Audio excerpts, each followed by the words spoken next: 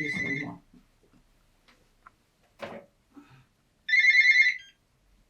Oui. Gisèle, j'ai une interview en ce moment. Est-ce que je peux vous rappeler? À tout à l'heure.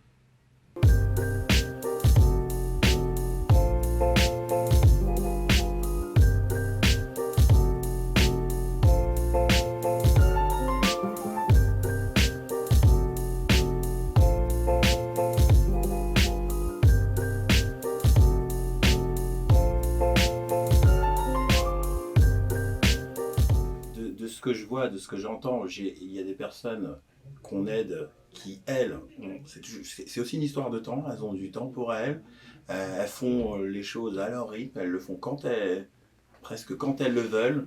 J'ai même des personnes chez qui on intervient, qui une fois par semaine, le mercredi, ils gardent leur enfant. Donc la vieillesse, c'est peut-être aussi avoir du temps et choisir ce qu'on veut faire.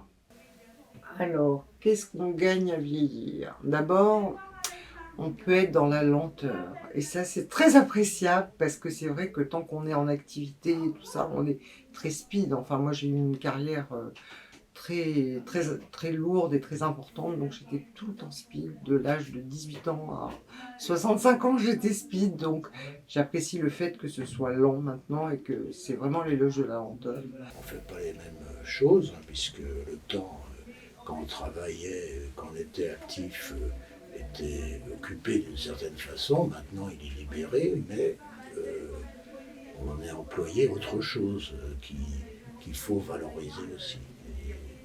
C'est pour ça que l'environnement est important, parce que ne faut pas vivre dans son petit cocon et oublier tout ce que tu autour. Non, il faut participer un petit peu, ce qui est facile à dire mais difficile à faire. Je fais en sorte d'être en forme. Quand je ne le suis pas, je m'allonge, je lis. J'ai une drogue, c'est les livres. Hein. C'est les livres, c'est... Voilà. Le temps, pour moi, je l'ai. Quoi qu'il arrive, je l'ai. Je l'ai, je le prends en allant auprès des autres. Donc, ma voisine de palier, qui a 90 ans, en allant prendre l'apéritif avec Mireille, qui a 88 ans, je ne m'enferme pas.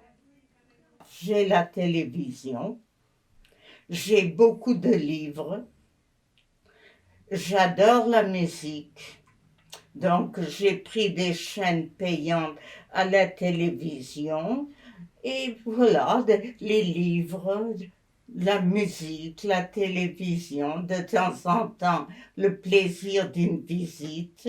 Si vous aimez lire et si vous aimez la musique, vous ne pouvez pas vous ennuyer. Si, je suis peut-être plus attentionné. Oui, je suis plus mature qu'avant au point de vue à ce niveau-là, oui. Avant, je prenais la vie, on allait, on la prenait comme elle venait. Effectivement, être aidant, ça apporte vraiment beaucoup et c'est une étape de la vie qui peut transformer ensuite les autres relations qu'on a. Je passe mes journées vraiment à aider des gens qui souffrent. Si vous demandez à ma compagne comment je suis quand elle est malade, elle vous dira que je suis affreux. C'est un travail qu'on peut tous faire et qui, au fond, change profondément ensuite la manière dont on est en relation.